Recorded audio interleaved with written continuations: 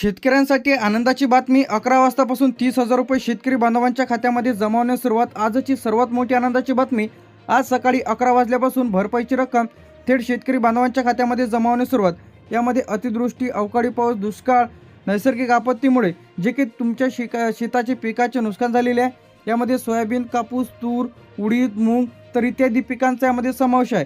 तर अखेर पीक विमा शेतकरी बांधवांच्या खात्यामध्ये जमा होण्यास सुरुवात। तर या जिल्ह्यांमध्ये आता नागपूर, वर्धा, अमरावती, अकोला, बुलढाणा, वाशिम, यवतमाळ, चंद्रपूर, गडचिरोली, भंडारा, नांदेड, हिंगोली, परभणी, बीड, लातूर, धाराशिव आता लवकरच या जिल्ह्यात जमा होईल। पुणे, सातारा, सांगली, कोल्हापूर, सोलापूर, अहमदनगर, नाशिक, धुळे, नंदुरबार, जळगाव, छत्रपती संभाजीनगर, रायगड, रत्नागिरी, सिंधुदुर्ग, पालघर, ठाणे, मुंबई शहर, मुंबई उपनगर अखेर 30,000 रुपये जे की पीक विमा इथं आनंदाची बातमी, जे की डीबीटीद्वारे शेतकरी बांधवांच्या खात्यामध्ये ज्या शेतकरी बांधवांनी पीक विमा फॉर्म भरलेला आहे, ज्यांच्या शेतातील पंचनामे झालेले आहे, पीक विम्याच्या यादीमध्ये नाव आहे, आधार लिंक आहे, तर अशा शेतकरी बांधवांना पीक विमा मिळत आहे।